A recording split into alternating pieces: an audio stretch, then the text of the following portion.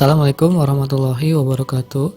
Saya di sini bersama dengan Mbak Harisatul Ummah, Mas Rifki, Mas Lukman, dan saya sendiri Alex. Kami di sini akan mempresentasikan tentang teknologi, peradaban, dan perang. Terima kasih, selamat menyaksikan.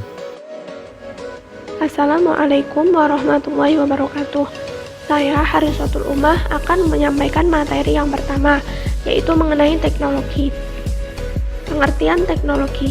Teknologi berasal dari bahasa Yunani, yaitu teknologia. Tekno yang artinya keahlian dan logia yang artinya pengetahuan. Secara etimologis, akar kata teknologi adalah tekne, yang artinya serangkaian prinsip atau metode rasional yang berkaitan dengan pembuatan suatu objek atau ketetapan tertentu.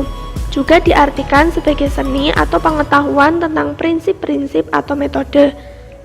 Sedangkan secara harfiah, teknologi dapat diartikan sebagai pengetahuan tentang cara, yaitu cara melakukan sesuatu untuk memenuhi kebutuhan manusia dengan bantuan akal dan alat, sehingga seakan-akan memperpanjang, memperkuat, atau membuat lebih mudah anggota tubuh, panca indera, dan otak manusia.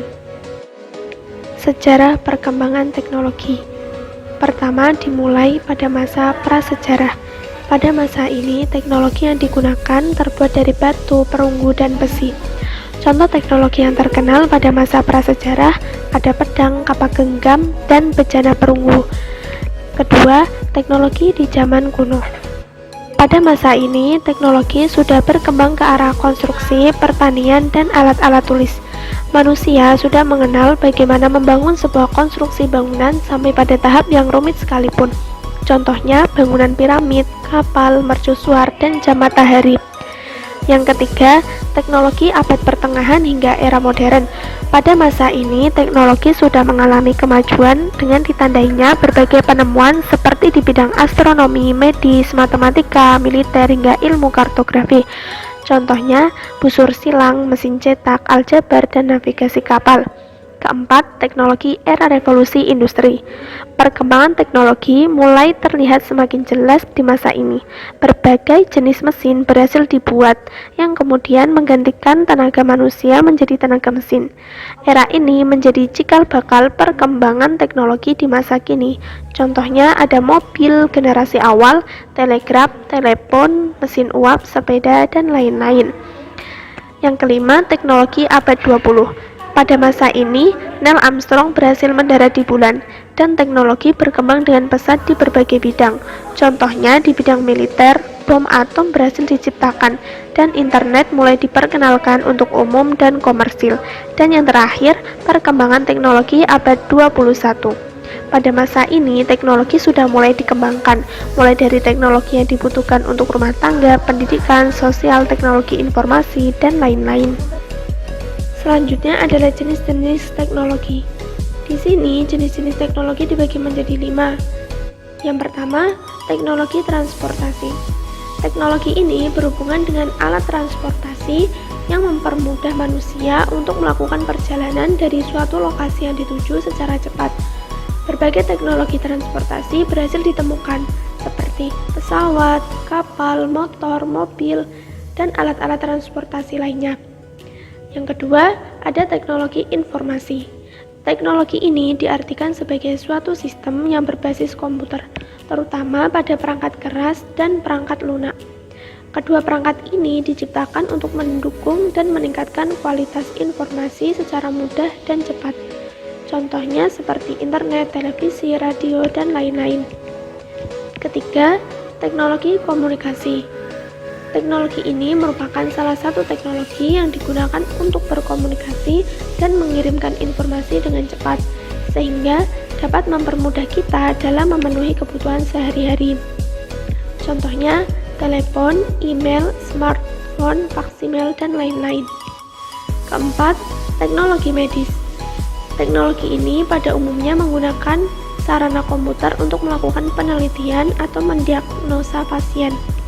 Contoh teknologi medis yang sering digunakan adalah mikroskop, CT scan, dan beberapa alat bedah lainnya. Dan yang kelima adalah teknologi konstruksi. Teknologi ini diciptakan untuk membantu dan mendukung para insinyur dalam menciptakan berbagai inovasi bangunan, rumah, dan fasilitas umum lainnya, serta bertujuan untuk mempermudah para pekerja dalam membangun berbagai fasilitas. Contohnya adalah alat-alat berat. Manfaat teknologi. Manfaat teknologi secara umum adalah untuk memberikan kemudahan bagi penggunanya, membuat pekerjaan menjadi lebih singkat dan cepat, serta membuat pekerjaan menjadi lebih efisien. Manfaat teknologi secara khusus adalah teknologi dapat digunakan sebagai sarana eksplorasi, guna menambah wawasan dan pengetahuan, serta menghubungkan adanya keefektifan dalam menyelesaikan sebuah pekerjaan. Dampak perkembangan teknologi. Dengan adanya perkembangan teknologi, pasti ada dampak yang ditimbulkan, baik itu dampak positif maupun dampak negatif.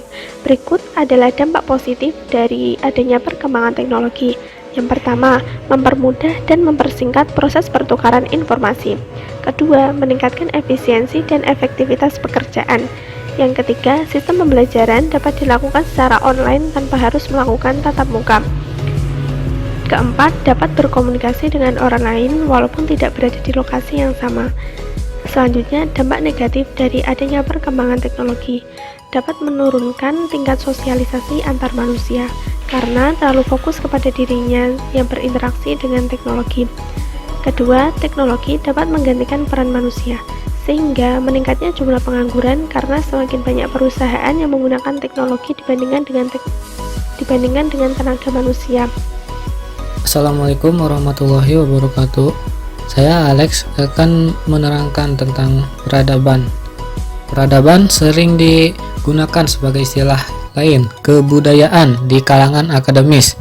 Dalam pengertian umum, peradaban adalah istilah deskriptif yang relatif dan kompleks untuk pertanian dan budaya kota.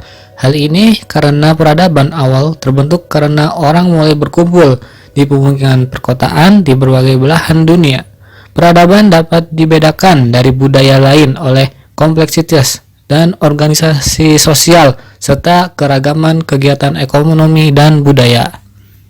Awalnya, para antropolog dan ahli lainnya menggunakan kata peradaban dan masyarakat beradab untuk membedakan masyarakat yang mereka anggap lebih unggul secara budaya dengan kelompok masyarakat lain yang dianggap inferior secara budaya, atau disebut juga liar atau barbar. Penggunaan istilah beradaban secara etnosentris memunculkan anggapan bahwa masyarakat di sebuah peradaban memiliki moral yang baik dan budaya yang maju, sementara masyarakat lain memiliki moral yang buruk dan terbelakang. Sejarah penggunaan istilah ini menjadikan definisi peradaban terus berubah. Untuk sejarah, konsep peradaban bersifat modern. Di era penemuan Eropa, digunakan kata modern sebagai pembanding antara masyarakat yang tinggal di sebuah negara dengan yang tinggal di desa-desa atau perkampungan suku. Hal ini menunjukkan adanya perkembangan masyarakat dari suatu masa ke masa hingga menjadi sebuah peradaban. Untuk kriteria, dibandingkan dengan masyarakat lain, peradaban memiliki struktur politik yang lebih kompleks berupa negara. Masyarakat negara lebih terbagi ke dalam kelas-kelas sosial daripada masyarakat lain. Terdapat perbedaan peran yang besar di antara kelas-kelas sosial tersebut. Kelas penguasa biasanya berada di kota-kota, memiliki kendali atas surplus dan menjalankan kemauannya melalui tindakan pemerintah atau birokrasi. Morton Fried, seorang ahli teori konflik, dan Elman Service, seorang ahli teori integrasi, membagi kebudayaan manusia berdasarkan sistem politik dan sosial. Klasifikasi ini terdiri dari 4 kategori. Yang pertama, masyarakat pemburu pengumpul, umumnya bersifat egaliter. Kedua, masyarakat hortikultura atau pastoral, yang biasanya memiliki 2 kelas sosial berupa pemimpin dan rakyat jelata. Yang ketiga, masyarakat atau chiefdom, yang memiliki beberapa kelas sosial yang diwariskan, seperti raja, bangsawan, orang merdeka, dan budak. Yang keempat, peradaban masyarakat dengan strata sosial yang rumit dan pemerintahan yang teratur. Peradaban awal. Peradaban awal dipercaya dimulai dari area Mesopotamia yang dikenal sebagai area hilal subur. Gagasan ini dikemukakan oleh James Henry Breasted, arkeolog Universitas Chicago, dalam karya tulisnya yang berjudul Ancient Records of Egypt. Namun terdapat setidaknya 5 gagasan lain mengenai awal mula peradaban manusia modern. Yang paling terkenal adalah peradaban Mesir kuno dan lembah Indus, area Pakistan modern, Meksiko yang memiliki peradaban kuno Maya, dan budaya Peru yang memiliki artefak setua peradaban di Mesopotamia. Assalamualaikum warahmatullahi wabarakatuh.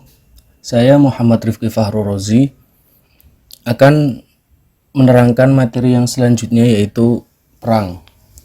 Dan materi yang akan saya bahas yaitu Perang Dunia Pertama. Perang Dunia Pertama adalah sebuah perang global terpusat di Eropa yang dimulai pada tanggal 28 Juli 1914 sampai 11 November 1918. Perang ini disebut Perang Dunia atau Perang Besar sejak terjadinya sampai dimulainya Perang Dunia Kedua pada tahun 1939. Perang Dunia Pertama atau Perang Dunia I, perang ini melibatkan semua kekuatan besar dunia yang terbagi menjadi 2 aliansi bertentangan, yaitu Sekutu yang terdiri dari Britania Raya, Prancis, dan Rusia, atau Blok Sentral terpusat pada aliansi 3 yang terdiri dari Jerman, Austria, Hongaria, dan Italia. Namun saat Austria-Hongaria melakukan serangan sementara, persekutuan ini bersifat defensif. Italia tidak ikut berperang. Kedua aliansi ini melakukan reorganisasi. Italia berada di pihak sekutu dan memperluas diri saat banyak negara ikut serta dalam perang. Lebih dari 70 juta tentara militer, termasuk 60 juta orang Eropa, dimobilisasi dalam salah satu perang terbesar dalam sejarah. Lebih dari 9 prajurit gugur. Lebih dari 9 juta prajurit gugur, terutama akibat kemajuan teknologi yang meningkatkan tingkat mematikannya suatu senjata tanpa mempertimbangkan perbaikan perlindungan atau mobilitas. Perang Dunia I adalah konflik yang mematikan ke-6 dalam sejarah dunia, sehingga membuka jalan untuk berbagai perubahan politik seperti revolusi di berbagai negara yang terlibat. Penyebabnya yaitu jangka panjang. Perang ini mencakup kebijakan luar negeri imperialis kekuatan besar Eropa, termasuk Kekaisaran Jerman, Kekaisaran Austria-Hongaria, Kesultanan Utsmania, Kekaisaran Rusia, Imperium Britania, Republik Prancis, dan Italia, pembunuhan tanggal 28 Juni 1914 terhadap Adipati Agung Franz Ferdinand dari Austria, pewaris tahta Austria-Hongaria, oleh seorang nasionalis Yugoslavia di Sarajevo, Bosnia, dan Herzegovina adalah pencetus perang ini. Pada tanggal 28 Juli, konflik ini dibuka dengan invasi ke Serbia oleh Austria-Hongaria, diikuti invasi Jerman ke Belgia dan Perancis, dan serangan Rusia ke Jerman. Setelah pawai Jerman di Paris tersendat, front Barat melakukan pertempuran atrisi statis dengan jalur parit yang mengubah sedikit suasana sampai 1917. Di timur, Angkatan Darat Rusia berhasil mengalahkan pasukan Kesultanan Utsmania, namun dipaksa mundur dari Prusia Timur dan Polandia oleh Angkatan Darat Jerman. Front lainnya dibuka setelah Kesultanan Utsmania ikut serta dalam perang pada tahun 1914. Negara Italia dan Bulgaria tahun 1915 dan Romania tahun 1916. Kekaisaran Rusia runtuh pada bulan Maret tahun 1917 dan Rusia menarik diri dari perang setelah Revolusi Oktober pada akhir tahun itu. Setelah serangan Jerman di sepanjang front barat 1918, Sekutu memaksa pasukan Jerman untuk mundur dalam serangkai serangan yang sukses dan pasukan Amerika Serikat mulai memasuki Parit. Peristiwa di front Britania sama rusuhnya seperti front di depan, karena para pihak terlibat berusaha memobilisasi tenaga manusia dan sumber daya ekonomi mereka untuk melakukan perang total.